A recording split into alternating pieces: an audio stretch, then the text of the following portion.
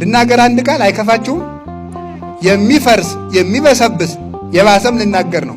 የሚተላ የባሰም ልናገር ነው። የሚሸት የሰው ልጅ ምን ያኮራዋል ይላል ሲራክ ነው ያለ። በሶስተኛው ቀን ቀብረው ሲመለሱ የምትለወጥ አይደለህም እንዴ ይላል። ምን ያኮራል? ቁም ነገር አይደለም ኩራታችን። ዕውቀቱን ስንኮራበት ምን ትፍከ ዘይነሳይከም ካልከ ተምረህ እኮ ነው። የበላይ መምህር እኮ አለብህ፣ አስተምሮሃል እኮ። እንዲያውም ቅዱስ ባስልዮስ እንኳን ዘቂሳርያማ ሲናገር ምንም ሊቅ ብትሆን የፊደሉ መምህር ይበልጣል። ፊደል አስተምሮሃል። ፊደልን ያላወቅበት ጊዜ ነበር። ስለዚህ የፊደል መምህር ይበልጣል። ምን ያመጻድቃል? ብትማር ዕውቀቱ ተጭኖብህ። ሰው እንደ ሜሞሪ እኮ ነው። መምህር ጭኖብህ ነው ያወቅከው። መልከኛ ብትሆን መልክህን አፍንጫህን አልሰራው እግዚአብሔር ነው የሰራ እንጂ። ምን ያኮራል? ሀገር ቢኖርህ ሀገር የሰጠህ እግዚአብሔር ነው ሊመሰገን የሚገባው። ኃይል ቢኖርህ ኃይል የሰጠህ እግዚአብሔር ነው የሚመሰገነው። ብትሰጥ እግዚአብሔር የሰጠህን ነው። ብትናገር እግዚአብሔር ያናገርህን ነው። ምን ቁም ነገር አለው የሰው ልጅ? እኛ እንዲህ ያልን እየኮራን ነው መኖር ያቃተን። ከሰው ጋር መኖር ያቃተን፣ ባልና ሚስት መኖር ያቃታቸው እኔ።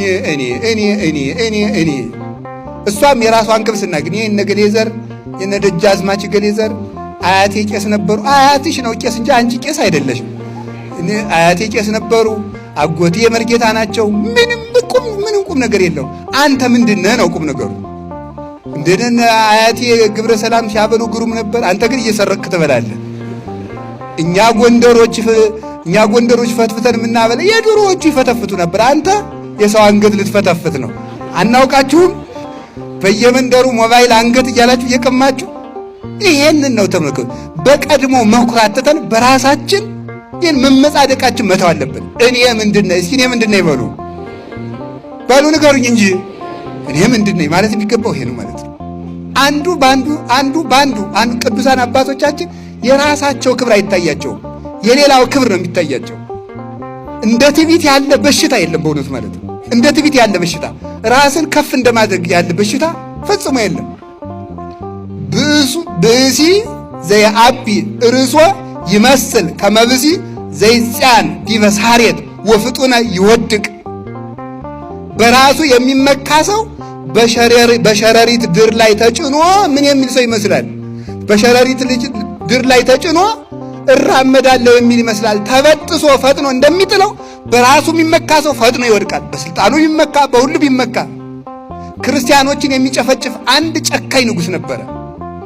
ክርስቲያኖችን ከውሻ ጋር እያታገለ የሚዝናና የሚደሰት፣ ከውሻ ጋር እያበላ እሱ የሚስቅ ሰው ነበረ። ሰው ገሎ እጁን በደም የሚታጠብ ሰው ነበረ። ማን የኔ ሰራዊት ምድር ጠበባት፣ ምን ይቻላቸው? እኔን የሚዋጋኝ ማን ነው አለ። ሌላ የፋርስ ንጉሥ መጣና ሰራዊቱን ጨርሶ እሱንም ማርኮ ወስዶ ከዙፋኑ ስር አስጎንብሶ ወደ አልጋው ሲወጣ እሱን እየተረገጠ ይወጣ ነበር። እንደዚህ ያደርጋል እግዚአብሔር ማለት ነው። እንደዚህ ያደርጋል። ጎንደር ላይ አፄ ቴዎድሮስ ሰውን ሁሉ ተሰብስበው እግዚአብሔር ምን ያደርጋል የሚል ጥያቄ ጠየቁ አሉ። እግዚአብሔር ምን ያደርጋል ብለው ሊቃውንቱ ጠየቁ። ሁሉም ሊቃውንቱ እግዚአብሔር ማለት ምን ፈጥሯል፣ እግዚአብሔር እንዲህ ብሏል እያሉ መለሱ። አንድ ተማሪ እኔ ልመልስ አለ እና አበላሉት። አይ እንግዲህ ጠያቂ እህታችሁ ነው፣ ተጠያቂ ወንበሩ ነው የሚጠየቅ፣ እኔ ወንበር ልሁን ሰው ቁመው ይጠይቁ አላቸው። ሕግ አይደል? ምን ያደርጋሉ? ለቀቁ። ወንበራቸው ተቀመጠና እግዚአብሔር እንዲህ ያደርጋል አላቸው። ምን ያደርጋል? እግዚአብሔር ምን ያደርጋል? እንዲህ ያደርጋል። እሰውን አስለቅቆ ሌላ ሰው ይሾማል ማለት ነው። እግዚአብሔር እንዲህ ያደርጋል። ስለዚህ ተመልከቱ፣ ዙሮ ማየት።